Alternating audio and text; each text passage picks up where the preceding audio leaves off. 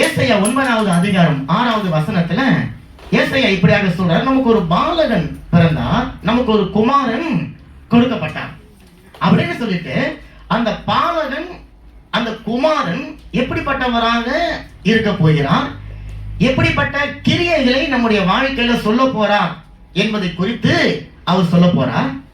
எப்ப சொல்றாருன்னு சொன்னா, இயேசு கிறிஸ்து பூமியில பிறப்பதற்கு 700 ஆண்டுகளுக்கு முன்பாக சொல்லப்பட்ட தீர்க்க தரிசன வசனம். உலகத்துல எந்த ஒரு மனுஷனும் பிறப்பதற்கு 700 ஆண்டுகளுக்கு முன்பாக சொல்லப்பட்ட தீர்க்க தரிசனம் என்று சொல்லி ஒன்றுமே இல்லை. ஆனா ஏசாயா தீர்க்கதரிசியின் மூலமாக 700 ஆண்டுகளுக்கு முன்பாக சொல்லப்பட்ட தீர்க்க தரிசனம் அது நிஜமாகவே 100% நிறைவேறினது. ஆமென். அப்ப அதுல அவர் ஒரு 5 காரியங்களை சொல்றார். அப்படி கொடுக்கப்படுகிற அந்த குமாரன் அல்லது பிறந்த பாலகன் எப்படிப்பட்டவராக இருப்பார் அப்படின்னு சொன்னா, முதல்ல அவருடைய நாமம் அதிசயமானவர், இரண்டாவது அவர் ஆலோசனை கர்த்தா, அவர் வல்லமை உள்ள தேவன், நித்திய பிதா, சமாதான பிரபு என்னப்படும். இப்ப இந்த வசனத்தை நம்ம வாசிக்கும் போது அவர் நாமம் அதிசயமானவர், ஆலோசனை கர்த்தா என்று சொல்லி படிச்சோம் இல்லைங்களா? ஆனா அப்படி படிக்க கூடாது. அவருடைய நாமம் அதிசயமானவர், அவருடைய நாமம் ஆலோசனை கர்த்தர், அவருடைய நாமம் வல்லமை உள்ள தேவன், அவருடைய நாமம் நித்திய பிதா, அவருடைய நாமம் சமாதான பிரபு. அப்ப இயேசு கிறிஸ்துவினுடைய நாமம், இந்த 5 நாமங்களை வரப்போகிற 4 வாரங்கள் பிளஸ் 1 வாரம், 5 வாரங்களாக நம்ம அதை தியானிக்க போயிடும். இருக்கிறது 4 வாரம் தான், ஆனா நம்ம தியானிக்க போயிடும்.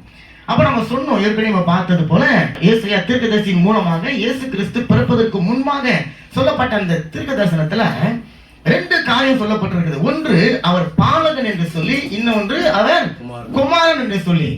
அப்ப கொடுக்கப்பட்டவர் குமாரன். யாருடைய குமாரன்? பிதாவாகிய தேவனுடைய குமாரன். பிறந்தவர் யாருங்க? ஒரு பாலகன், மனுஷனுடைய பிள்ளை, பாலகன். ரொம்ப அதுக்குள்ள போகல. அப்போ அந்த பாலகன் அல்லது அந்த குமாரன் என்று சொல்லும் பொழுது அவர் பிதாவாகிய தேவனுடைய கொடுக்கப்பட்ட ஒரு ஆசீர்வாதமாக கருதப்படுகிறது. ஆமென்.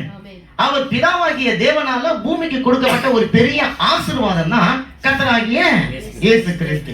இப்ப இயேசு கிறிஸ்து ஞானஸ்நானம் பெற்று அவர் கரையேறின பொழுது, அதே போல மறுரூப மலையிலையும் பிதாவாகிய தேவன் இயேசு கிறிஸ்துவை குறித்து ஒரு சாட்சி சொல்றாரு. என்ன சாட்சின்னு சொன்னா, இவர் என்னுடைய நேச குமாரன். உலகத்துல எந்த ஒரு மனுஷனையும் பார்த்து பிதாவாகிய தேவன் அப்படி சொன்னதாக வேதத்துல எங்குமே இல்ல. சொல்ற இவர் என்னுடைய நேச குமாரன் அப்படின்னு சொன்னா, என்னுடைய நேசத்தையே, என்னுடைய அன்பையே, என்னுடைய பாசத்தையே குமாரன் ரூபத்துல நான் மனுஷனுக்கு கொடுக்கிறேன், மனு புத்திரர்களுக்கு நான் கொடுக்கிறேன். அதுதான் உங்களுக்கு ஒரு பெரிய ஆசீர்வாதம். நல்ல காரியங்களை தட்டுங்க உற்சாகமா. எந்த ஒரு வார்த்தை வந்தாலும் நல்ல காரியங்களை தட்டுங்க, அப்பதான் அந்த வார்த்தை நம்ம வாழ்க்கையில பலிக்கும். இப்ப பாருங்களேன், குமாரன் என்ற அந்த வார்த்தைக்குள்ளார தேவத்துவத்தினுடைய எல்லா மகிமைகளும் அடைக்கப்பட்டிருக்கிறது, அல்லது எல்லாமே அந்த குமாரனுக்குள்ளார நிவர்த்தியாக பூரணமாக கொடுக்கப்பட்டிருக்கிறது. நான் சொல்றது உங்களுக்கு புரியுதா? இப்ப அவரை நம்ம பாலகன் சொல்றோம், நம்ம அவரை குமாரன் சொல்றோம். அவர் பாலகனாக இருந்தாலும் குமாரனாக இருந்தாலும் தேவத்துவத்தினுடைய மகிமையினுடைய ஒட்டுமொத்த ரூபமாக அந்த குமாரன் இருக்கிறார். அவர் மனுஷகுமாரனாக பூமியில் அழைக்கப்பட்டாலும், தேவகுமாரன் என்று சொல்லி அநேகரால் போற்றப்பட்டாலும், அவருக்குள்ள தேவனுடைய மகிமை, தேவனுடைய அந்த சொரூபம், தேவனுடைய தற்சுரூபம் அது முழுவதும் நிறைந்தவராக இயேசு கிறிஸ்து இந்த பூமியில இருந்தார். அதனாலதான் சொல்றாரு, என்னை காண்கிறவன் பிதாவை காண்கிறான். அவர் சொல்றாரு, நானும் பிதாவும் வேற யாரும் கிடையாது, நான் தான் பிதா, பிதாதான் நான் என்பதாக அவர் அங்க சொல்றார். அப்ப தேவனுடைய மகிமையான எல்லா காரியங்களும் உள்ளடங்கினவராக இயேசு கிறிஸ்து இந்த பூமியில குமாரனாக பாலகனாக அவர் வெளிப்பட்டார். இப்ப இயேசு கிறிஸ்துவுக்கு அல்லது தேவனுக்கு வேதத்துல அநேக பேர் கொடுக்கப்பட்டிருக்கிறது இல்ல. நம்ம துதிக்கும் போதெல்லாம் நிறைய பேர்களை சொல்லி துதி. தோராயமா எத்தனை பேர்கள் வேதத்துல எழுதப்பட்டிருக்கு உங்களுக்கு தெரியுங்களா? தேவனை குறித்து, இயேசு கிறிஸ்துவை குறித்து என்னென்ன பேர்கள்ல எழுதப்பட்டிருக்கு அப்ப உங்களுக்கு தெரியும். யெகோவா ஒரு பாட்டு பாடணும், யெகோவா நிசின்னு சொல்லி பாடணும். வேற ரூவா, ஆமா அந்த யெகோவா டைப்ல நிறைய பேர் வருது. அது இல்லாம என்னங்க இம்மானுவேல், இப்ப ஜெபத்தை கேட்கிறவரே, பரிந்து பேசுகிறவரே, எல்ரோயி, இப்பெல்லாம் பேர் இருக்கு. ஆனா வசனம் சொல்லுது 1000 10,000 நாமங்கள் உடையவர் நம்முடைய தேவன். 1000 நாமங்கள் அவர் இருக்குன்னு சொல்லிட்டு நம்ம பாடுறோம். ஆனா வேத புத்தகத்துல அவருடைய பெயர்களாக எழுதப்பட்டது 272 பெயர்கள்ல எழுதப்பட்டிருக்கு. அத ஜெபத்தை கேட்கிறவரே, பரிகாரியே, பரிந்து பேசுகிறவரே, என்னதுங்க, நித்தியவாசி, ரட்சகரே, மேய்ப்பர், நல்ல சமாதி, இப்படி சொல்லி நிறைய பேர்கள்ல 272 பெயர்கள் கொடுக்கப்பட்டிருக்கிறது, எழுதப்பட்டிருக்கிறது. அந்த பெயர்கள் எல்லாமே அதிசயம் தான். ஆமென். ஏன் தெரியுங்களா? அந்த பெயர்களுக்கு முன்னாடியும் பின்னாடியும் உள்ளேயும் சுத்தியும் அதிசயம் மட்டும்தான் இருக்கிறது. இப்ப ஏதோ அதிசயம் அப்படின்றதுனால மட்டும் அவருடைய பெயர் அதிசயம் கிடையாது. நீங்க எந்த பெயர் எடுத்தாலும் அதுக்குள்ள ஒரு அதிசயம் இருக்கும், ஒரு அற்புதம் இருக்கும்.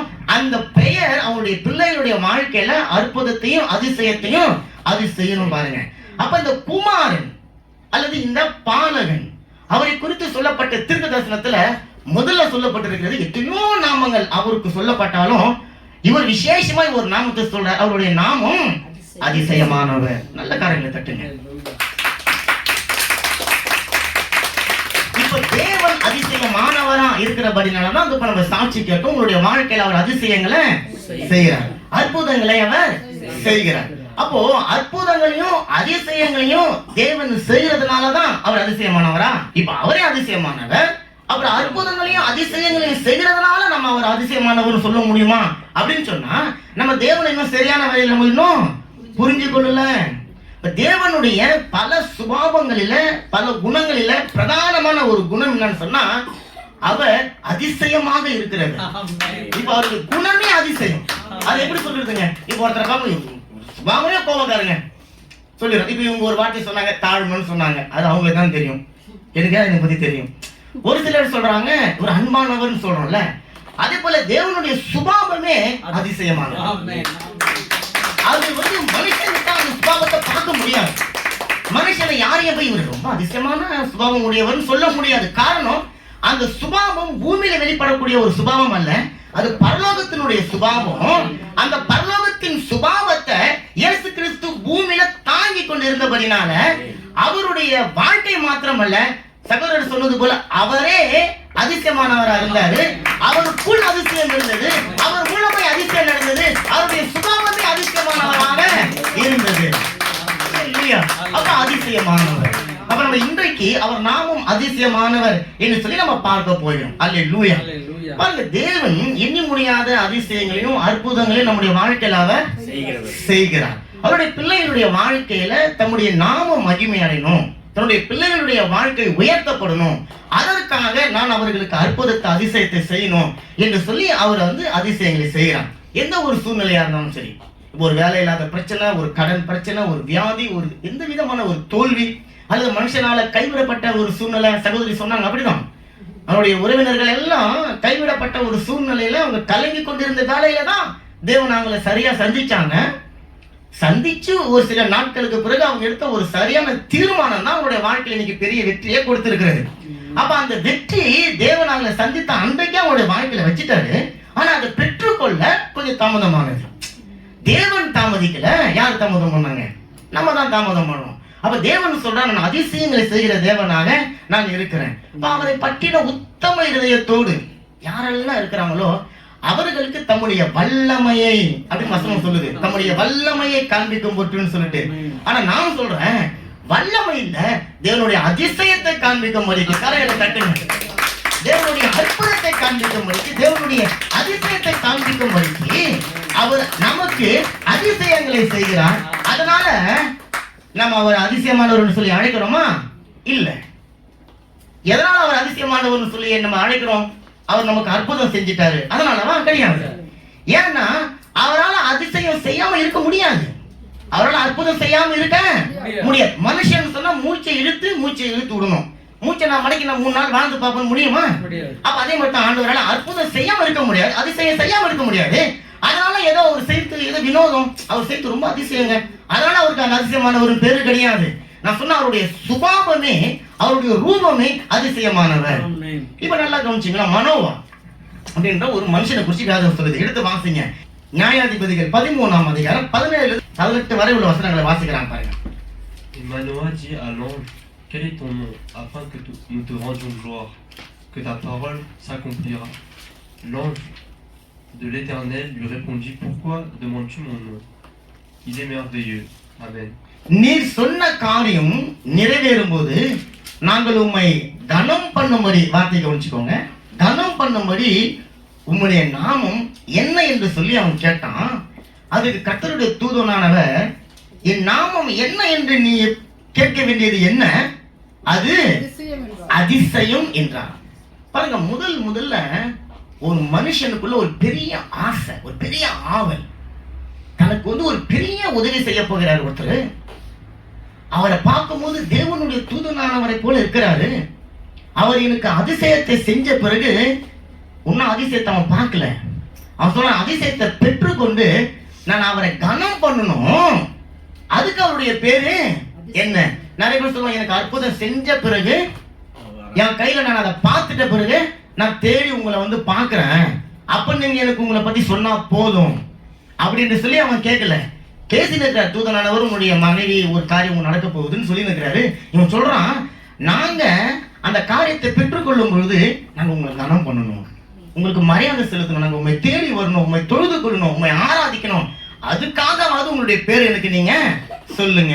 சொன்ன உடனே ஆண்டவர் சொல்றாரு, என் பேரை நீ ஏன் கேட்கிற, என் பேரை எதுக்கு நீ கேட்கிற, என் பேரு அதிசயம். இது எப்படி நீங்க புரிஞ்சுக்க முடியும்? இது என்ன நீங்க புரிஞ்சுக்கிறீங்க? அவன் பேரை கேட்கிறான், தேவன் சொல்றாரு, என் பேரை ஏன் கேட்கிற, அது அதிசயம் அப்படின்னு சொல்ற. இப்ப தமிழ்ல கொஞ்சம் உங்களுக்கு கஷ்டமா இருக்குல்ல, வேற ஒரு மொழிபெயர்ப்புல என்ன சொல்றதுன்னா, அதாவது ஈஸி டிரான்ஸ்லேஷன் சொல்லிட்டு ஒரு பைபிள் இருக்கு. அதுல எப்படி எழுதப்படுதுன்னா, என் நாமத்தை நீ ஏன் கேட்கிற, என் நாமம் நீங்கள் நம்ப முடியாத அளவுக்கு உங்களுக்கு அதிசயமான காரியத்தை செய்ய போகிற அதிசயமான ஒரு நாமம்.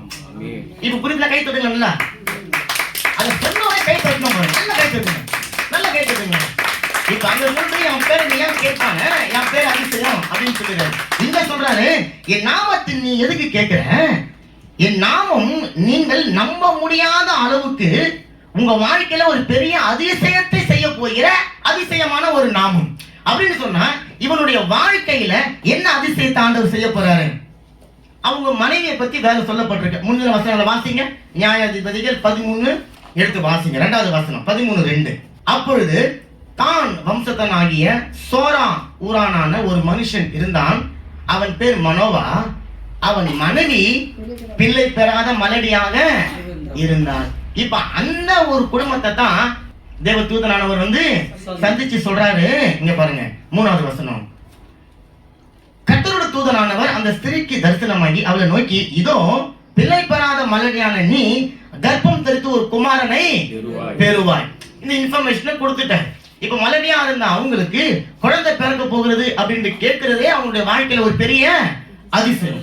இப்ப இந்த அதிசயத்தை போய் தன்னுடைய கணவர்கிட்ட சொல்றாரு, மனவர்கிட்ட சொல்றாங்க, அப்பா இந்த மாதிரி நான் வயல்ல உட்காந்துருந்தேன், ஒரு தூதன் வந்தாரு, என்ன பார்த்து சொல்லிட்டாரு, நான் ஒரு குழந்தைய பிறக்க போறேன்னு சொல்லிட்டாரு. அப்படியா சொல்லிட்டு அவருக்கு ரொம்ப சந்தோஷம். அப்ப 2 பேரும் ஓடுறாங்க, ஆண்டவர்கிட்ட கேட்கறாங்க. அப்ப கேட்கும் போது நம்ம வாசித்த அந்த வசனம், அந்த வசனத்துல இப்ப நோவா கேட்கிறான், உங்களுடைய பேரு என்ன, நாங்க அதை கனம் பண்ணணும், நாங்க அதை தொழுது கொள்ளணும், நாங்க அதை ஆராதிக்கணும், உங்களுடைய பேர் என்ன, அந்த பேர் அதிசயம். ஏன்னு சொன்னா, மனோவனுடைய வாழ்க்கையில இல்லாத ஒரு காரியத்தை அவருடைய வாழ்க்கையில இருக்கும்படிக்கான ஒரு அதிசயத்தை செய்ய போகிற தேவன் சொல்றாரு, உன்னுடைய வாழ்க்கையில அதிசயத்தை செய்ய போகிற நாமம் தான் என்னுடைய நாமம், நீ இதுவரையில பூமியில அந்த நாமத்தை கேள்விப்பட்டதே கிடையாது, அது அதிசயமான ஒரு நாமம். நல்ல கரையை தட்டுங்க. இது வரைக்கும் என்னுடைய நாமம் போல ஒரு நாமத்தை நீ பூமியில கேட்டதே கிடையாது. உனக்கு அந்த கேட்கப்படாத ஒரு நாமம் உன்னுடைய வாழ்க்கையில நீ கேட்கிற ஒரு அதிசயத்தை அது செய்ய போகிறபடினால, நீ அதிசயத்தை எதிர்பார்த்து கொண்டிருக்கிறபடினால நான் உனக்கு அதிசயமானவராக வெளிப்படுகிறேன், அதிசயம் செய்கிறவராக வெளிப்படுகிறேன், நானே உன்னுடைய வாழ்க்கையில அதிசயமாக இருக்கிறேன் என்று சொல்லி அவர் தன்னை வெளிப்படுத்த. நல்ல கரையில கட்டுங்க, நல்ல கரையில கட்டுங்க. தேவன் அதிசயமானவர். ஆமென். இப்ப மனவனுடைய வாழ்க்கையில நம்ப முடியாத ஒரு ஆசீர்வாதத்தை அவன் பெற்றுக்கொள்ள போறான். மலடியா இருக்கிறா, அவனுடைய மனைவி இப்ப பிள்ளை பெற போறா. அதை பார்க்கிற எல்லாருடைய கண்ணும் இது என்ன அதிசயம், இது என்ன அதிசயம், இது என்ன அதிசயம் என்று சொல்லி கேட்குமே.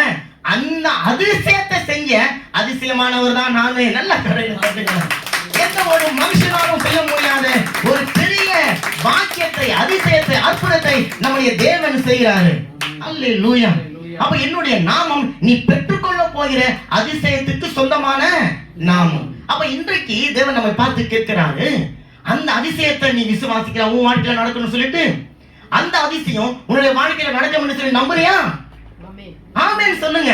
நீங்க நம்புறீங்க தானே? ஆண்டவர் கேட்கிறார், எடுத்துக்கொள்ளுங்க. எரேமியா 32:27.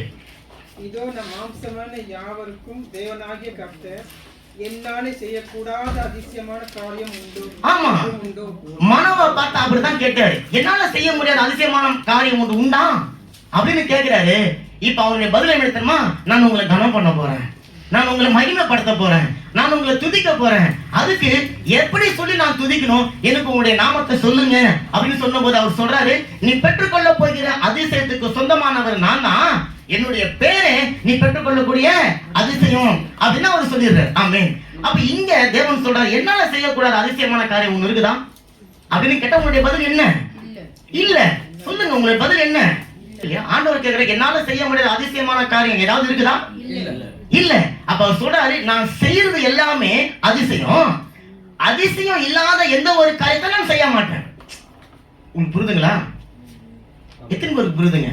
தேவன் உங்க வாழ்க்கையில, என் வாழ்க்கையில செய்யறது எல்லாம் அதிசயம். அதிசயம் இல்லாத எந்த ஒரு காரியத்தையும் தேவன் செய்ய மாட்டார். அதைத்தான் இங்க சொல்றாரு, நான் அதிசயம் இல்லாத எந்த ஒரு காரியத்தை உங்க வாழ்க்கையில செய்ய மாட்டேன். ஏன்னா நான் தான் அதிசயம். நான் அதிசயங்களில் ஊற்றாக நான் இருக்கிறேன். எனக்குள்ள இருந்து அதிசயங்கள் புறப்பட்டு வருகிறது. எனக்குள்ள இருந்து அதிசயங்கள் வந்து உங்களுடைய வாழ்க்கையில அதிசயத்தை செய்கிறது. எனக்குள்ள இருந்து அதிசயங்கள் வெளிப்பட்டு அதிசயத்திற்காக, அற்புதத்துக்காக ஏங்கிக் கொண்டிருக்கிற உங்களுடைய வாழ்க்கையில அதை செய்கிறது. அதனால என்னுடைய பெயர் அதிசயமானவர். கரையில தட்டுங்க.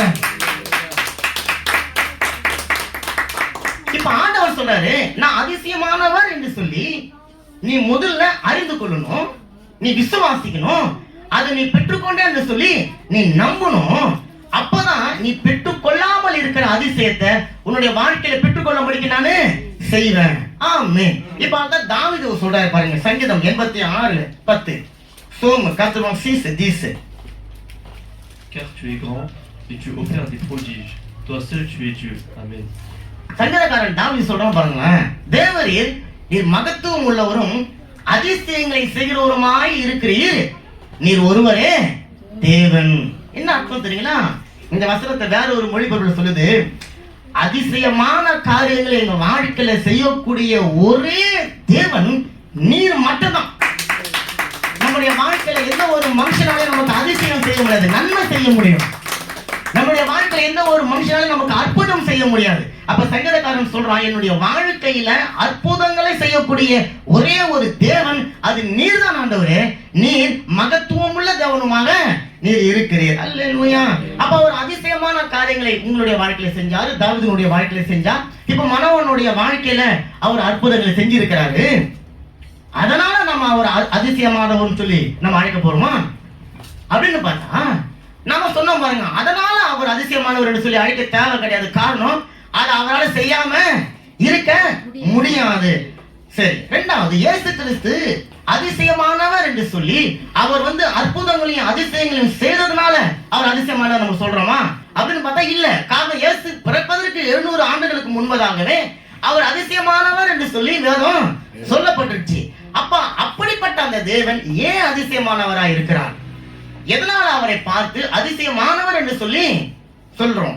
இப்ப எங்களுக்கு அதிசயங்களை செய்கிறவர் என்று சொல்லி எல்லாரும் சொல்ல முடியும்.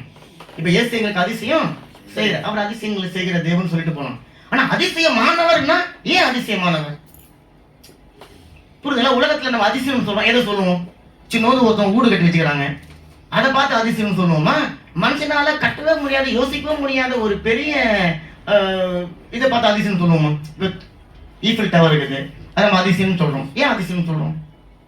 ஏன்னா அன்னைக்கு 1800களில் இவ்வளோ டெக்னாலஜி இல்லாத காலத்திலேயே அவ்வளோ உயரத்துக்கு ஏறி கட்டியிருக்கிறாங்க. அது இத்தனை ஆண்டு வரைக்கும் இருக்குது. அப்ப இது சாதாரண மனுஷனால இது செய்ய முடியாத ஒரு காரியம். அப்ப அதிசயம் சொல்றோம். அதிசயம் செய்யறவங்க வேற, அதிசயமாகவே இருக்கிறவங்க வேற. இயேசு கிறிஸ்து குறித்து சொல்லும்போது அவர் அதிசயமானவர் சொல்லப்பட்டிருக்கு, அதிசயம் செய்கிறவர் இந்த வசனம் சொல்லல. ரெண்டுக்கும் வித்தியாசம் இருக்கு. அவர் அதிசயம் செய்கிறவர் இருக்கிறார், அதுல எந்த மாற்று கருத்தும் இல்ல. அவர் மனுஷனா வந்தாரு, பூமியில வந்தாரு, இன்னைக்கு அற்புதம் செய்யற அதிசயம் செய்யறாரு வேற. அவரே அதிசயமானவரா இருக்கிறார், அதுதான் ஏன் அப்படின்னு சொல்லி நம்ம இன்னைக்கு பார்க்க போறோம். எடுத்து வாசிப்போம். லூக்கா 1:28 வசனம். அவள் இருந்த வீட்டில் தேவதூதன் பிரவேசித்து, கிருபை பெற்றவளே வாழ்க, கர்த்தர் உன்னுடனே இருக்கிறார், ஸ்திரீகளுக்குள்ளே நீ ஆசீர்வதிக்கப்பட்டவள் என்றார். பாருங்க, வேதத்துல 700 ஆண்டுகளுக்கு பிறகு ஒரு ஸ்திரீ இடத்துல தேவ தூதன் காபிரியல் வந்து சொல்றாரு, அதிசயமானவரை பெறப்போகிறவளே நீ வாழ்க. எப்படிங்க? அப்படி போட்டுக்குதுங்களா? என்ன போட்டுக்குதுங்க? என்ன கிருபை? அந்த அம்மா அதிசயமானவரை பெற போகிறாங்க. அப்ப கிருபை எடுத்துருங்க, சொல்லுங்க. அதிசயமானவரை பெற போகிறவளே நீ வாழ்க, கர்த்தர் உன்னுடனே இருக்கிறார், நீ ஸ்திரீகளுக்குள்ளே ஆசீர்வதிக்கப்பட்டவள். ஏன்? இந்த ஸ்திரீ அந்த குழந்தையை தூக்கிட்டு போகும் போதெல்லாம் அதிசயமானவரை தூக்கி கொண்டு போறாங்க. கதைகளை தட்டுங்க. அந்த அம்மா போகும்போதெல்லாம் அதிசயமானவரை தூக்கிட்டு போறாங்க. பால் கொடுக்கும் போதெல்லாம் அதிசயமானவருக்கு பால் கொடுக்குறாங்க. சொல்லி கொடுக்கும் போதெல்லாம் அதிசயமானவருக்கு சொல்லி கொடுக்குறாங்க. அல்லேலூயா. இயேசுக்கு சாப்பாடு போடும் போது கூட அதிசயமானவருக்கு அவங்க சாப்பாடு போட்டு கொண்டு இருக்கிறாங்க. அதனால மற்ற பெண்கள் யாருக்குமே கிடைக்காத ஒரு பெரிய சிலாக்கியமும் பாக்கியமும் இந்த அம்மாவுக்கு கிடைக்குது. அதனால சொல்றான், கர்த்தர் உன் கூட இருக்கிறாரு, ஆகவே நீ ஆசீர்வதிக்கப்பட்டவள், உனக்குள்ள அதிசயமானவர் வந்து பிறக்க போகிறாரு. அப்ப நமக்கு நல்லா தெரியும், அந்த சம்பவம் ஃபுல்லா நமக்கு தெரியும். மரியாள் பயப்படுறாங்க, சந்தேகப்படுறாங்க, கேள்வி கேட்டாங்க, இது எப்படி நடக்கும்னு சொல்லி அவங்க கேட்கறாங்க. நான் இப்ப கணவனோடு கூட நான் வந்து ஒப்பந்தம் பண்ணப்பட்டிருக்கிறேன், எனக்கு இப்பதான் நிச்சயதார்த்தம் நடந்திருக்கு, எங்களுக்கு இன்னும் கல்யாணம் ஆகலையே, நான் எப்படி குழந்தைய பிறக்க முடியும் அப்படிலாம் சொல்லும் பொழுது நம்ம எல்லாருக்கும் தெரியும், பரிசுத்த ஆவியானவர் உண்மையில 35வது வசனம் வாசிங்க. தேவதூதன் அவளுக்கு பிரதியுத்தரமாக, பரிசுத்த ஆவி உன்மேல் வரும், உன்னதமானவருடைய பலன் உன்மேல் நிழலிடும், ஆதலால் உன்னிடத்தில் பிறக்கும் பரிசுத்தம் உள்ளது தேவனுடைய குமாரன் எனப்படும். பாத்தீங்கன்னா இங்க ஒருமையில சொல்லப்பட்டிருக்கு பாருங்க, உன்னிடத்தில் பிறக்கும் பரிசுத்தம் உள்ளது. எப்படி சொல்லப்படுதுங்க? ஒரு மாதிரி அதை ஒரு எப்படி சொல்றீங்க, பரிசுத்தம் உள்ளவர் சொல்ல பாருங்க. உன்னிடத்துல பிறக்கும் பரிசுத்தம் உள்ளவர் தேவகுமாரன் எனப்படுவார் சொல்லப்படல. உன்னிடத்துல பிறக்கும் பரிசுத்தம் உள்ளது, அதுக்கு ஒன்றும் உருவம் இல்ல, அவங்க ஒன்றும் உருவம் கொடுக்கல, சொல்றாரு அது தேவகுமாரன் எனப்படும்.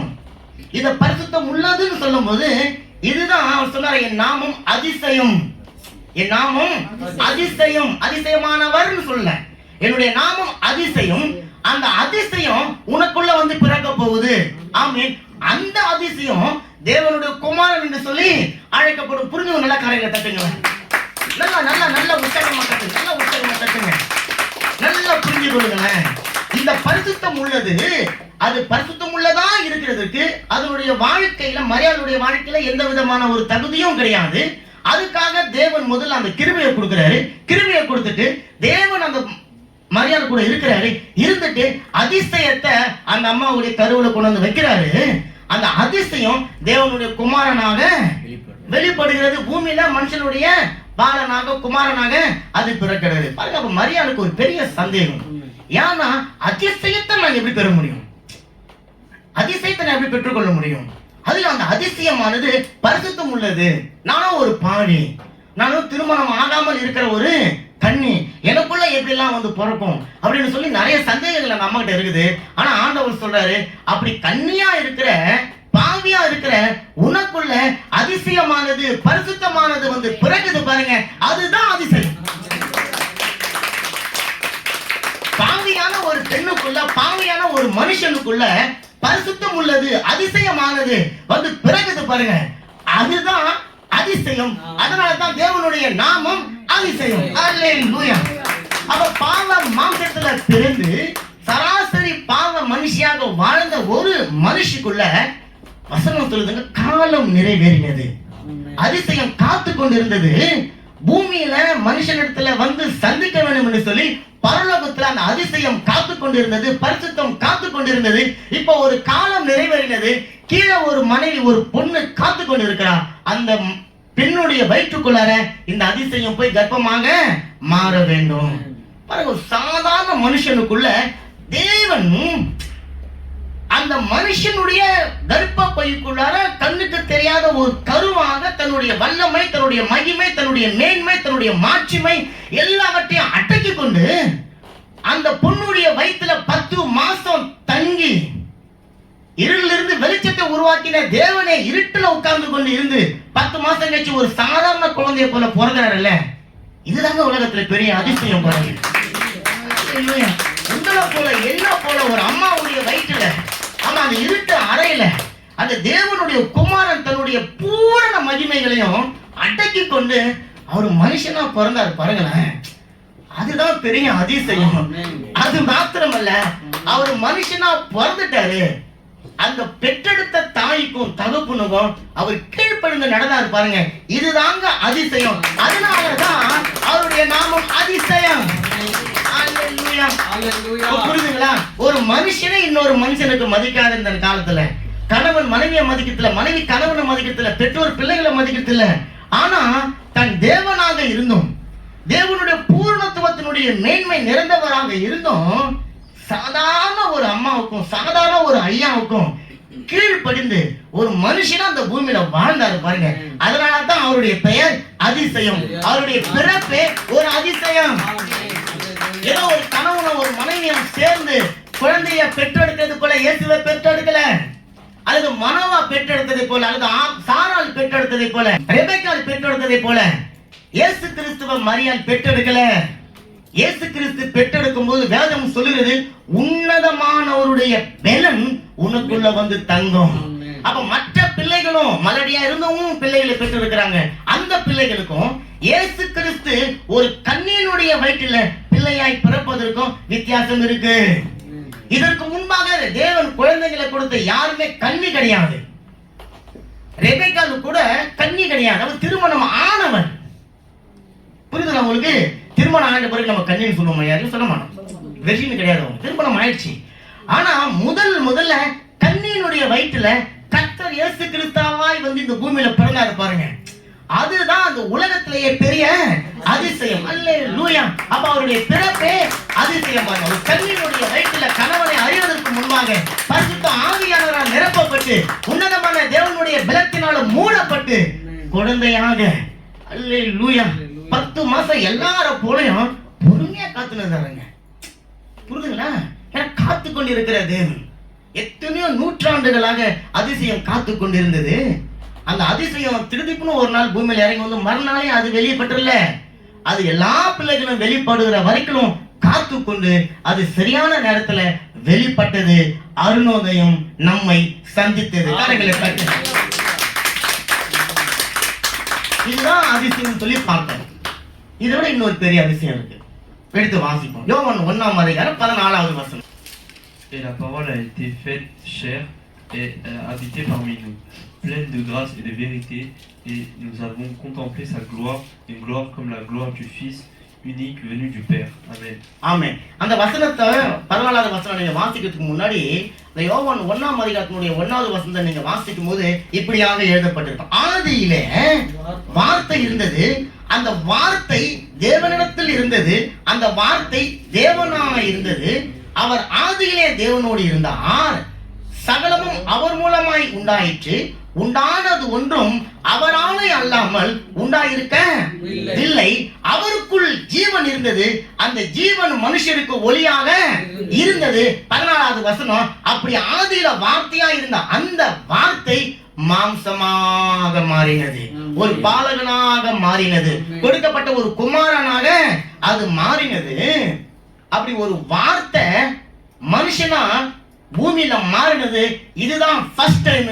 அதனால அவர் அதிசயமானவர். அல்லேலூயா, அல்லேலூயா. புரியுதா உங்களுக்கு? வார்த்தை மனுஷனால இந்த வீட்டுல வந்தது கிடையாது. ஏதாவது ஒரு பெண் கர்ப்பமாயி நீ கர்ப்பமாயிடுன்னு சொன்னோடனே வார்த்தைனால கர்ப்பமாயிட முடியுமா? ஆக முடியாது. தேவனால முடியும், நம்மளால முடியுமா? முடியாது. இப்ப வசனம் சொல்றது ஆதியில இருந்ததான் ஒரு வார்த்தை. அந்த வார்த்தை எத்தனையோ நூற்றாண்டுகளுக்கு பிறகு ஒரு சின்ன கன்னி பெண் வயிற்றுக்குள்ளார மனுஷனாக மாம்சமாக அது மாறினதாம். அதனால அப்படி எத்தனையோ நூற்றாண்டுகளாக காத்து கொண்டிருந்த அந்த அதிசயம் மனுஷனாக வந்தபடினால, வார்த்தை மாம்சத்துல வெளிப்பட்டபடினால, அவருடைய பிறப்பும் அவர் வாழ்ந்த வாழ்க்கையும் அதிசயமானது. அல்லேலூயா, அல்லேலூயா, அல்லேலூயா. அதனாலதான் அவருடைய வயிற்றில் அந்த குழந்தை ஒரு சாதாரண மனுஷ சாயலாக பிறந்தாலும், அடிமையின் ரூபம் எடுத்து தன்னை தானே வெறுமையாக்கி இந்த பூமியில வெளிப்பட்டாலும், தேவத்துவத்தினுடைய மகிமையில் பூரணமாய் நிரம்பினவராக இருந்த அந்த வார்த்தை பாருங்க, அந்த வார்த்தைக்குள்ளதான் மகிமை இருந்தது. பிதான்றது யாருங்க? வார்த்தை. ஆமென். அந்த வார்த்தைக்குள்ளதான் மகிமைகள் இருந்தது, வல்லமை இருந்தது, அதிகாரம் இருந்தது, ஆளுகை இருந்தது, பரிசுத்தம் இருந்தது. என்னென்னலாம் இயேசு கிறிஸ்துக்குள்ள மாம்சத்துல வெளிப்பட்ட இயேசு கிறிஸ்துக்குள்ள நம்ம பார்க்கிறோமோ அது எல்லாம் பூரணமாய் அந்த வார்த்தைக்குள்ள இருந்தது. அந்த வார்த்தைக்குள்ள இருந்த அவ்வளவு காரியங்களையும் இயேசு கிறிஸ்து சுருக்கி கொண்டு அந்த வார்த்தையே மனுஷனாக மனுஷ குழந்தையாக இந்த பூமியில வந்து பிறக்குதுன்னு சொன்னா இதை விட வேற ஏதாவது அதிசயம் இருக்குதா? இல்ல பாருங்க. அதனாலதான் அவருடைய பெயரே அதிசயமானது. அல்லேலூயா. அப்ப அவர் அதிசயமான விதத்துல பிறந்ததுனால தேவனுக்கும் மனுஷனுக்கும் இடையில ஒரு உறவு பாலமாக அவர் இருந்தார். மனுஷகுமாரன் மனுஷனோடு கூட உறவா இருப்பாங்க, தேவகுமாரன் தேவனோடு கூட தான் உறவா இருப்பாங்க. ஆனா இவர் தேவகுமாரனாகவும் மனுஷனுடைய குமாரனாகவும் இருந்தபடினால ரெண்டு பேருக்கும் இடையிலையும் அவர் ஒரு உறவு பாலமாக அவர் இருந்தபடினால அவர் அதிசயமானவர். அல்லேலூயா. கரங்களை எல்லாம் தட்டுங்க. இந்த தேவனுடைய மகிமைகள், தேவனுடைய மகத்துவம் எல்லாம் அவருக்குள்ள இருந்ததா? வசனம் சொல்லுதா? எடுத்து வாசிப்போம். எபிரேயர் 1:3 வாசிங்க. எபிரேயர் 1:3 டக்குனு வாசிங்க. அவருடைய மகிமையின் பிரகாசமும் அவருடைய தன்மையின் சொரூபமாய் இருந்து சர்வத்தையும் தன்னுடைய வல்லமை உள்ள வசனத்தினாலே தாங்குகிறவராய் தம்மாலே தாமே நம்முடைய பாவங்களை நீக்கும் சுத்திகரிப்பை உண்டு பண்ணி உன்னதத்தில் உள்ள மகத்துவமானவருடைய வலது பரிசத்தில் உட்கார்ந்தார். ஆமா, இந்த வசனம் சொல்லுது பாருங்க. எபிரேயர் 1:3 இவர்னா யாருங்க? இயேசு கிறிஸ்து. அவர்னா யாருங்க? பிதா.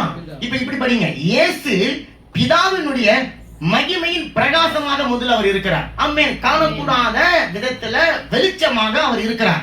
இரண்டாவது, பிதாவினுடைய தன்மையின் சொரூபமாக இருக்கிறார். அதாவது பிதாவை எப்படி நம்ம பார்க்கிறோமோ அதே போலதான் இயேசுவும் இருக்கிறார்.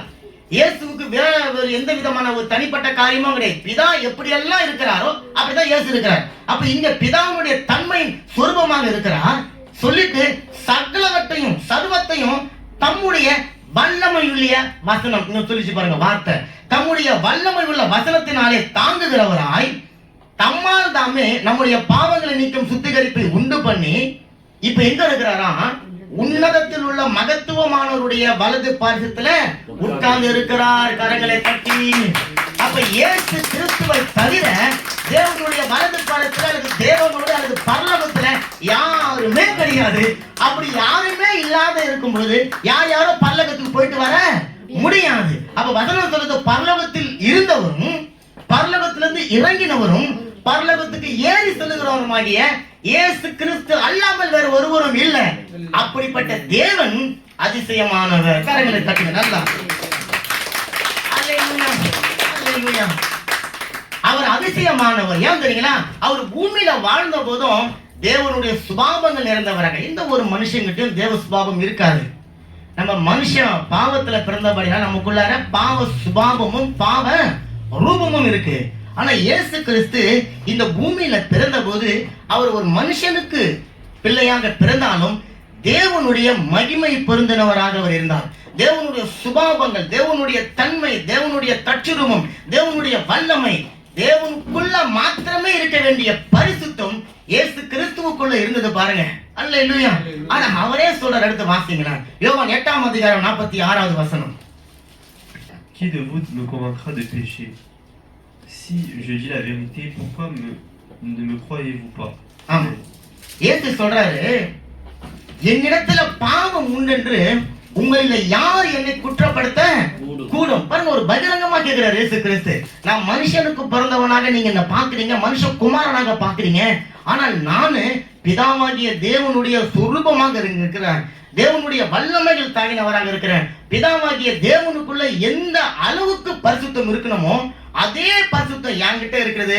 நான் மாத்திரம்தான் பாவம் செய்யாதவராக இந்த பூமியில இருக்கிறேன். ஆகவே உங்களில யாராவது வருங்க என்கிட்ட பாவம் இருக்கிறதுன்னு நீங்க சொல்ல முடியுமா?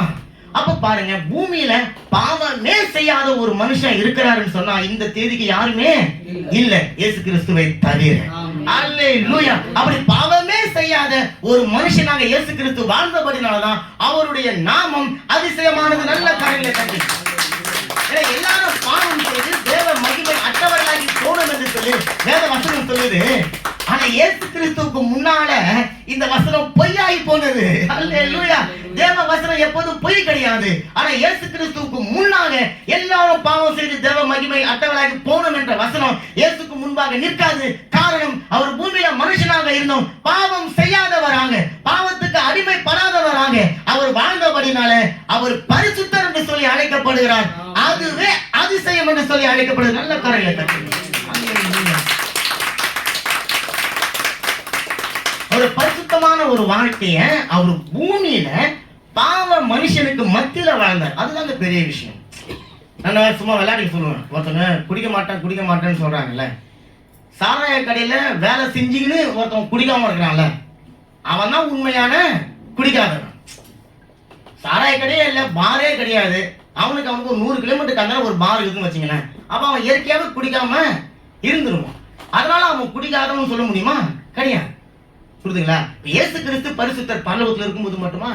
இல்ல, பூமியில மனுஷர்களுக்கு மத்தியில, பாவ மனுஷர்களுக்கு மத்தியில, அநியாயக்காரர் அக்கிரமக்காரர்களுக்கு மத்தியில அவர் பரிசுத்தமாய் தன்னை காத்துக்கொண்டு பரிசுத்தமாய் வாழ்ந்து பரிசுத்தராக இருந்தபடினால அவருடைய நாமம் அதிசயமானது. அல்லேலூயா. இரண்டாவது பாருங்க, இது அதிசயமானது. இதை விட இன்னொரு அதிசயம் பார்க்க போறோம். ஆமென். இப்ப ஒரு மனுஷன் எனக்கு உதவி செய்யறாங்கன்னு சொன்னா எந்த வகையில எப்படி உதவி செஞ்சிருவாங்கன்னு சொல்லி நமக்கு தெரிஞ்சிடும். ஆனா இயேசு கிறிஸ்து இப்படித்தான் எனக்கு உதவி செய்வார் என்று சொல்லி என்னால கணிக்க முடியாது, என்னால அதை யோசிக்க முடியாது. நான் யோசிக்காத வகையில எனக்கு அவர் உதவி செய்கிறதுல ஒரு வல்லவராக இருக்கிறார். யோவான் 9வது அதிகாரத்துல மத்தேயு 14வது அதிகாரத்துல ஒரு சம்பவம் நமக்கு எல்லாருக்கும் தெரியும். சீடர்கள் படகுல போய் கொண்டிருக்கிறாங்க. நடு சாமத்துல தண்டு வலிக்க முடியாதபடிக்கு எதிர்காற்று அவர்களுக்கு விரோதமாய் வந்தபோது அவங்க எல்லாரும் பயப்பட ஆரம்பிச்சாங்க. அப்ப அங்க வசனம் எழுதப்பட்டிருக்கு, மத்தேயு 14வது அதிகாரம் 25வது வசனம். இரவில் 4ஆம் ஜாமத்திலே இயேசு கடலின் மேல் நடந்து அவர்களிடத்தில் வந்தார். அல்லேலூயா, அல்லேலூயா. வசனம் சொல்லுகிறது, இவங்க தண்டு வலிக்க முடியாம கஷ்டப்பட்டு கொண்டிருக்கிறாங்க, படகை ஓட்ட முடியாம கஷ்டப்பட்டு கொண்டிருக்கிறாங்க. திடீர்னு பார்த்தா கரையில இருந்த இயேசு கிறிஸ்து கடல் மேல அவர் நடந்து வருகிறார். உலகத்துல கடல் மேல நடந்த ஒரே ஒரு நபர் அது கர்த்தராகிய இயேசு கிறிஸ்து மட்டும்தான். அதனாலதான் அவருடைய பெயர் அதிசயமானவர். சீடர்கள் நினைச்சிருக்காங்க, பக்கத்துல வேற ஒரு படகு வந்து எங்களை காப்பாற்றும், தூரத்துல இருக்கிற யாரோ ஒருத்தங்க வந்து காப்பாத்துவாங்க என்று சொல்லி நினைத்து கொண்டிருந்தாங்க. இயேசு கிறிஸ்து கட்டாமன் தரையில நடக்கிறதே போல கடல் மேல நடந்து வந்து அந்த சீடர்களை காப்பாத்தினான். அப்ப இன்றைக்கு உங்களுடைய படகு கூட அப்படிப்பட்ட ஒரு புயல் காற்றுல அடிக்கப்பட்டு இருக்கிறதா, அலைக்கழிக்கப்பட்டு கொண்டு இருக்கிறதா? அற்புதத்துக்காக, அதிசயத்திற்காக நீங்க ரொம்ப தூரமா இயங்கி கொண்டு இருக்கிறீங்களா? அல்லது கிடைத்த நன்மை உங்களுக்கு ஒரு கிறுக்க போல, ஒரு கருக்க போல, ஒரு முள்ள போல குத்தி கொண்டு இருக்கிறதா? ஆண்டவரை நம்ம கூப்பிடும் போது அவர் என்ன பண்ணாரு தெரியல, நீங்க நான் எதிர்பாராத விதத்துல நம்முடைய வாழ்க்கையில நன்மையை செய்ய அவர் நடந்து வருகிறவராக இருக்கிறார். அல்லேலூயா. நம்மை தேடி வருகிறவராக இருக்கிறார். அது எந்த கடலும் இருந்தாலும் சரி, எந்த காடா இருந்தாலும் சரி, அவருக்கு சமம். கரையில தட்டுங்க. அன்னைக்கு சாத்ராக், மேஷாக், ஆபேத்நேகோ அவங்கள நெருப்புல போட்டுட்டாங்க. ஆமென். பாருங்க, இவங்க கடல் மேல இருந்து தத்தளித்து கொண்டு இருக்கிறாங்க. ஆனா ஒருத்தன் நெருப்புக்குள்ள இருந்து 3 பேர் கத்தினுக்கிறாங்க. அங்கேயும் ஆண்டவர் அவங்க கூட நடந்துக்குன்னு வாக்கிங் போயின்னு இருக்காங்க. நீங்க பாருங்க, நம்மளாம் பிரமநாது போறோம், யாரு கூட போயின்னு இருக்கிறோம்? மனுஷன் இன்னைக்கு மதிக்கிறது கிடையாது. ஆமென். அல்லது பிரமநாதன் சொல்லிட்டு மனைவி முன்னாடி போவோம், கணவர் பின்னாடி வருவாங்க, கணவர் முன்னாடி போவோம், மனைவி முன்னாடி வருவாங்க. மேக்சிமம் போனை தூக்கி காலில் வச்சுங்க நம்ம பிரமநாதன் சொல்லிட்டு போயிட்டு வந்துடுறோம். ஆனா பிரமநாதம் போறது, அந்த வாக்கிங் போறது 2 பேரும் பேசிக்கின்னு அன்னைக்கெல்லாம் வீட்டுக்குள்ளார இருந்து சில காரியங்களை பேச முடியாது, வெளியே கணவன் மனைவி பேசுண்டு. ஆனா இன்னைக்கு அப்படி கிடையாது. கணவன் மனைவி வாக்கிங் போனா போனதுக்கு காதுல வச்சுக்கங்க, தூரம் இருக்கிற எவன் பேசிட்டு போயிட்டு வீட்டுக்குள்ள நுழைஞ்சிடறோம். இங்க பாருங்க, ஷாத்ராக் மேஷாக் ஆபேத்நேகோ அவங்க அக்கில போடப்பட்டுட்டாங்க. ஆண்டவர் பாருங்க அவங்க கூட போயிட்டு வாக்கிங் போயிருக்கிறாரு. கரைகளை தட்டுங்க, கரைகளை தட்டுங்க. தேவன் உங்களுடைய வாழ்க்கையில வாக்கிங் போக விரும்புறாரு. எப்ப தெரியுமா? நீங்க நெருக்கடியில் இருக்கும்போது, போராட்டத்தில் இருக்கும்போது, அக்கினி போல ஜனங்களால நீங்க எடுத்துக் கொள்ளப்படும் பொழுது, துன்பங்கள் சூழ்ந்து வரும்போது, வெள்ளம் உங்க மேல வரும்போது, மனுஷன் உங்களை விட்டு ஓடி போயிடுவான். ஆண்டவர் நான் இருக்கிறேன், நான் வாக்கிங் வரேன், நீங்க கையை பிடிச்சுக்கோ. அங்க வசனம் சொல்லுவோம், அந்த ராஜா பாக்குறான், 3 பேரை போட்டோம், 4வது ஒருவர் அவங்க கூட உலாவிக் கொண்டிருக்கிறார், அவருடைய சாயல் தேவ சாயலுக்கு ஒப்பா இருக்கிறது என்று சொன்னாரு. அதுதான் அதிசயம். நம்முடைய பிள்ளைகளுடைய வாழ்க்கையில வருகிற அக்கினியும் சரி, பிள்ளைகளுடைய வாழ்க்கையில வருகிற தண்ணியும் சரி, கடலும் சரி, கட்டாம் தரையும் சரி, என்னுடைய தேவனுக்கு சமம். அதனால அவர் அதிசயமான தேவன். அல்லேலூயா, அல்லேலூயா. அப்ப இயேசு கிறிஸ்துவினுடைய வாழ்க்கையில அல்லது இயேசு கிறிஸ்து செய்த செயல்களில, இயேசு கிறிஸ்து பேசின காரியங்களில அதிசயம் வெளிப்பட்டது. ஆமென். அது ஒரு மனுஷன் சொல்றான் பாருங்களேன், இயற்கைக்கு அப்பாற்பட்ட விதத்துல அவனுடைய வாழ்க்கையில ஒரு அதிசயம் நடக்குது. அது அவன் வாயாலே சொல்றான். வாசிப்போம் 9ஆம் அதிகாரம் யோவான் 32வது வசனம். Jamais on a entendu dire que quelqu'un a ouvert les yeux d'un aveugle-né. Amen. ஆமென். யோவான் 9ஆம் அதிகாரம் 32ல அவன் சொல்றான், பிறவி குருடனுடைய கண்களை ஒருவன் திறந்தான் என்று உலகம் உண்டானது முதல் இது வரைக்கும் யாரும் கேள்விப்பட்டது இல்லையே அப்படின்னு சொன்னா, இப்ப நாம கேள்விப்படுறோம். அந்த கேள்விப்பட்ட காரியத்தை செய்தவர் அதிசயமானவர். அல்லேலூயா. உலக தோற்றம் இது வரைக்கும் யாருக்குமே குருடனான ஒருத்தவனுக்கும் பிறவி குருடனுக்கு கண்கள் கிடைத்ததே கிடையாது. ஆனா இயேசு கிறிஸ்து இந்த மனுஷனுக்கு செய்யறாரு. ஆமென். இவன் எங்க இருந்தவங்க தெரியுங்களா? இந்த சம்பவத்துல எங்க இருக்கிறாங்க? 9ஆம் அதிகாரத்துல யார் செய்த பாவமோ அப்படின்னு சொல்லி சிறுவராக கேட்கப்பட்டாருங்களே. ஒருத்தவங்க தேவனுடைய ஆலயத்துக்கு வெளியில பிச்சை எடுத்துன்னு இருக்கான். அவன் பிச்சை இருக்கிறத பார்த்துட்டு அவங்க சிறுவர்கள் கேட்கறாங்க, ஆமா குருடனா இருக்கிறானே, அது யார் செஞ்ச பாவம்? இவன் செஞ்ச பாவமா, இவனுடைய பெற்றோர்கள் செஞ்ச பாவமா அப்படின்னு சொல்லி கேட்கும்போது ஆண்டவர் சொல்றாரு, தேவனுடைய கிரியைகள் இவனிடத்துல வெளிப்படும் பொருட்டு இப்படி பிறந்தான். அந்த கிரியைகள் எடுத்துருங்க. இப்ப நம்ம பாக்குற சப்ஜெக்ட் போட்டு படிங்க. தேவனுடைய அதிசயம் இவனுடைய வாழ்க்கையில வெளிப்படும் பொருட்டு இப்ப அவன் கண்ணு பெற்று கொண்டானே, அது அதிசயம் கிடையாது இந்த சம்பவத்துல. அதனால நான் சொன்ன கிரியைகள் போடாதீங்க, அதிசயம் போட்டு படிங்க. இவனுடைய வாழ்க்கையில தேவனுடைய அதிசயம் வெளிப்பட்டு வரப்போகிறது. அதை இந்த மனுஷன் பார்க்க போறான். அதுக்கு தடையா அவனுக்கு கண்ணு தெரியாம இருக்குது. இப்ப அவன் கண்ணு பார்வையை பெற்றுக் கொண்டதை இங்க சிலாய்த்து பேசிக் கொண்டிருக்கிறான். அது அற்புதம் சொல்றான். ஆனா அதை விட பெரிய அற்புதம் தெரியல, அவன் இயேசு கிறிஸ்துவ தேவன் என்று சொல்லி அவன் கண்டுபிடிக்கிறது தான். இயேசு கிறிஸ்துவ அவன் கண்ணால பார்க்கிறான். அதுதான் அவனுடைய வாழ்க்கையில பெரிய அதிசயம். பாருங்க, அவன் கண்கள் திறக்கப்படாம இருந்தா அவனால இயேசுவை பார்த்திருக்க முடியாது. ஆனா இயேசுவை பார்க்கிறான். பார்க்கிறது மாத்திரமல்ல, அவர் தேவனிடத்திலிருந்து வந்தவர் என்று சொல்லி விசுவாசிக்கிறான். 3வது, இப்படிப்பட்ட அதிசயத்தை உலக தோற்றம் இவன் இருக்கிறது, உலகங்கள் தோன்றி பல ஆண்டுகளுக்கு பிறகு இவன் வாழறான். இவன் சொல்றான், உலக தோற்றத்துக்கு முதல்ல பிறவி குருடன் பார்வை அடைந்ததா சரித்திரமே இல்ல அப்படின்னு சொன்னா, எனக்கு பார்வையை கொடுத்தவர் சாதாரண ஆளு கிடையாது, அசாதாரணமானவர், அவர் அதிசயமானவர், அவர் அற்புதமானவர். அல்லேலூயா, அல்லேலூயா. இப்ப இந்த அற்புதத்தை எல்லாம் நம்ம பார்த்துக்கோம் இல்லையா? இதெல்லாம் பெரிய அதிசயம் தானே. ஆனா நான் சொல்றேன், இதை விட பெரிய அதிசயம் இருக்கு. இப்ப நான் என்ன கேட்கிறேன், நீங்க இயேசு கிறிஸ்து இந்த பூமியில வாழ்ந்த போது அல்லது அவர் மரித்து பரலோகத்துக்கு போன பொழுது, இப்பொழுது நீங்க தேவ சபையில பெற்றுக்கொண்ட அதிசயங்களிலேயே பெரிய அதிசயம் எதை சொல்ல முடியும்? பெரிய அதிசயம், வாழ்க்கையில தாங்க பெரிய அதிசயம் அப்படின்னு எதை சொல்ல முடியும்? ஆமா, யாராவது வீடு கட்டிட்டு பெரிய அதிசயமா? இல்ல. பாருங்க, லாசருவை எழுப்பினது பெரிய அதிசயம். மரித்து போன ஒரு மனுஷனை எழுப்பினது பெரிய அதிசயம். ஏன்? இயேசு கிறிஸ்துவே மரித்து பணமா இருந்தாரு, அந்த பிணத்தின் மேல ஆவியானவர் அசைவாடினாரு, 3வது நாள் அவரும் உயிரோடு இருந்தாரு. இதையெல்லாம் நம்ம அதிசயம் சொல்றோம்ல, இதெல்லாம் அதிசயம் தான்.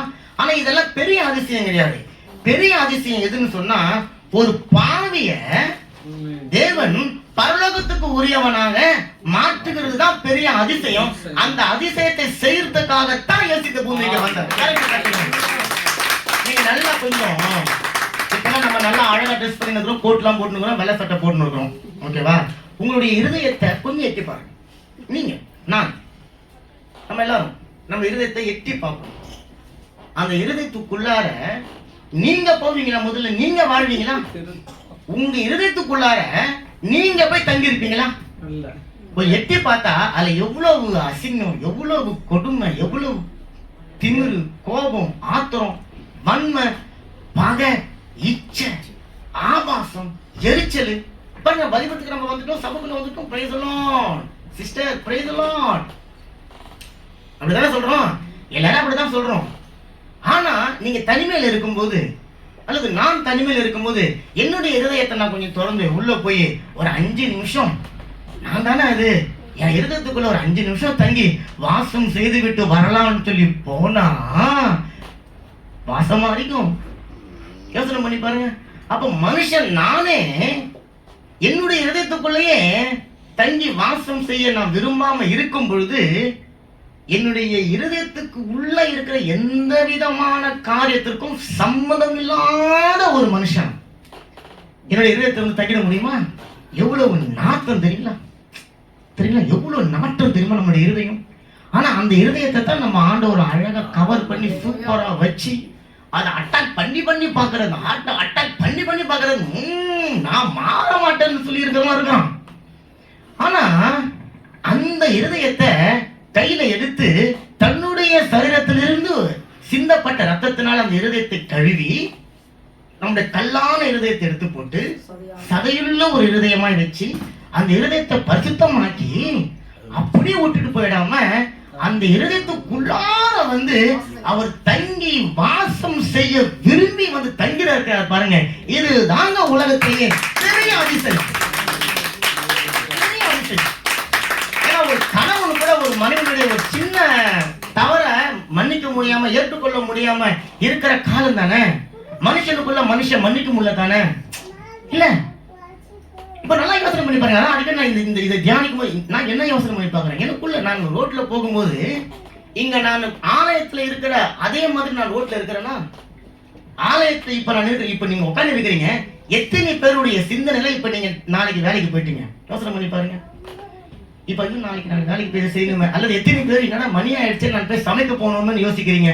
எத்தனை பேர் எப்ப நம்மளை எழுந்து நிற்க சொல்லுவார், நம்ம அனைவரும் எழுந்து நிற்போம் எப்ப சொல்ல போறார், அல்ல எத்தனை பேர் எழுந்து நின்று கை கால போது யோசிக்கலையா? உண்மையா சொல்லுங்க, எல்லாருமே செய்தி கவனிக்கிறீங்களா? 100%. அப்படின்னா நீங்க ரொம்ப பாக்கியவாங்க, நானும் ரொம்ப பாக்கியவான். கரைகளை தட்டுங்க, உண்மை அதுதான்.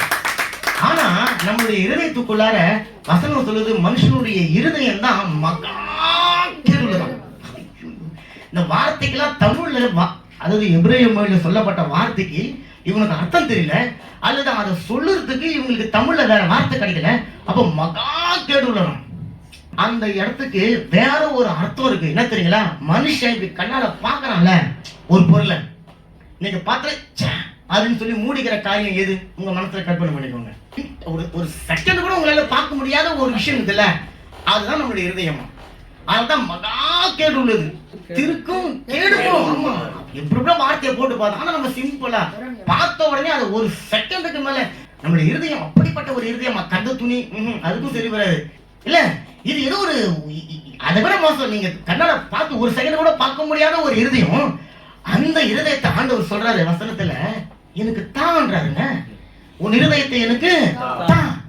யாருமே சொல்ல மாட்டான். ஒரு அழகான பொண்ணு கிட்ட ஒரு அழகான வாலிபன் போய் உன் இருதயத்தை எனக்கு கூட ஐ லவ் யூன்னு சொல்றான், அது வேற விஷயம். பல்லு போன ஒரு கேள்வி 90 வயசு நாளைக்கும் இன்னைக்கும் சொல்லி டேட்டை கையில வச்சு உட்காந்துக்கிது அந்த பாட்டியை பார்த்து ஆண்டவர் சொல்றாரு, I love you, I love you, இருதயத்தை எனக்கு தான் கெஞ்சிறாருங்க. ஏன்னா 50 வயசான நமக்கே நம்மளுடைய இருதயம் உலகத்துன்னு சொன்னா 90 வயசான பாட்டிக்குள்ள எவ்வளவு இருக்கும். அப்ப ஆண்டவர் அந்த இருதயத்தை ரசிக்கிறார். ரசிச்சுட்டு உங்க இருதயத்தை எனக்கு தான். காரணம், அந்த இருதயத்துக்குள்ள நான் வந்து தங்கி வாசம் செய்ய போறேன் அப்படின்னு சொல்றேன். அப்போ ஒரு கேடு உள்ள ஒரு இருதயத்துக்குள்ள பரிசுத்தமே நிறைந்த ஒரு தேவன், அவர்கிட்ட துளி கூட பாவம்னு சொல்லவே முடியாது. பாவத்துக்கான எந்த விதமான ஒரு காரணமும் அவர்கிட்ட கிடையாது. பாவம் இல்லாதவரு, பரிசுத்தின் மொத்த ரூபமா இருக்கிற தேவன், பாவத்தின் மொத்த ரூபமா இருக்கிற மனுஷனுக்குள்ள வந்து தங்கி தரித்திருக்க வாசம் செய்ய விரும்புகிறார். பாருங்க, பரிசுத்திற்கும் பாவத்திற்கும் ஏணி வச்ச கூட எட்டாது. ஆனா ஆனா தேவன் நம்ம மேல வச்ச அன்புங்க. அந்த அன்பினால அவர் அந்த பாவ இருதயத்துக்குள்ள வந்து அவர் தங்குறார். அதனால அவருடைய நாமம் அதிசயமானது. ஆமென். ஏன்னா நான் சொன்ன பாருங்க, பாவத்தின் மொத்த உருவமா இருக்கிற மனுஷனுக்குள்ள பரிசுத்தத்தின் மொத்த ரூபமா இருக்கிற தேவன் வந்து தங்குகிறார். தேவனுடைய மொத்த ரூபமா இருக்கிறவர் மனுஷனுக்குள்ள வந்து தங்கி தரித்து ஒரு வாழ விரும்புகிறார். கடைசியா நம்ம எல்லாரும் நரகத்துக்கு என்று முன்குறிக்கப்பட்டிருக்கிறோம். ஆமென். உலகத்துல இருக்கிற எல்லா ஜனங்களும் மரித்தா டைரக்டா டிக்கெட் நரகத்துக்கு தான். ஆனா ஆண்டவர் வந்தாரு, அந்த நரகம் என்பதை மாற்றி அதை பரலோகமாய் மாற்றி நீங்களும் நானும் பரலோகத்துக்கு சொந்தக்காரனாக, நித்திய வாசியாக, நித்திய ஜனமாக நம்மை அவர் கொண்டு போய் சேர்க்க இந்த பூமிக்கு அவர் இறங்கி வந்தாரு பாருங்க. அதுதான் அவருடைய நாமம் அதிசயமானது. கரையில தட்டுங்க, கரையில தட்டுங்க, கரையில தட்டுங்க, எழுந்து நில்லுங்க, கரையில தட்டுங்க. அப்ப அந்த அதிசயமானவர் உங்களுடைய வாழ்க்கையில என்னுடைய வாழ்க்கையில வராம போயிருந்தான், நீங்களும் நானும் இன்றைக்கு அந்த அதிசயமானவரை குறித்து அறிந்து கொண்டு இருக்க முடியாது. அதிசயமானவர் உங்களுடைய வாழ்க்கையில ஆச்சரியமான காரியங்களை செஞ்சிருக்கிறார். கரைகளை தட்டி அன்றைய வாழ்க்கையில அதிசயமான காரியங்களை செஞ்சிருக்கிறீங்க. இவ்வளவு காரியங்களை சொல்லி இருக்கிறோம். உங்களுடைய வாழ்க்கையில தேவன் என்ன அதிசயம் செஞ்சிருக்கிறாரு? ஆமா சொல்லுங்க. நான் சொல்லுவேன், என்னுடைய இதயத்தில் இவ்வளவு கேட்டுள்ள ஒரு இதயத்திற்குள்ளார பரிசுத்தமுள்ள தேவன் நீங்க வந்து தங்கி இருக்கிறீங்களப்பா. நீ எவ்வளவு அதிசயமானவர், உங்களுடைய நாமம் அதிசயமானது. அந்த அதிசயமான நாமத்தை இன்னைக்கு நான் கண்டு கொண்டு இருக்கிறேன், நான் அறிந்து கொண்டு இருக்கிறேன். ஆகவே நீர் மாத்திரம் அதிசயமானவர் கிடையாது, நானும் அதிசயமானவன். இதான் முக்கியமான. கரையில தட்டுங்க, கரையில தட்டுங்க. இயேசு கிறிஸ்து மாத்திரம் அதிசயமானவர் கிடையாது. இப்ப இயேசு எங்க இருக்கிறாருங்க? எனக்குள். எல்லாரும் சொன்னீங்க, இயேசு எங்க இருக்கிறாருங்க? அதிசயமானவர் உங்களுக்குள்ள இருக்கிறபடியா நீங்க யாருங்க? அதிசயம். சொல்லுங்க, நான் அதிசயமானவர், அதிசயமானவர், அதிசயமானவன். சொல்லுங்க, என்னுடைய மகள், என்னுடைய மகன், என்னுடைய மனைவி அதிசயமானவங்க. ஆமா, அப்ப அதிசயமானவங்க எல்லாம் சேர்ந்து அதிசயமானவரை பாடலாமா? நல்லா கரையில தட்டி அவர் அதிசயமானவர். நல்ல உற்சாகமா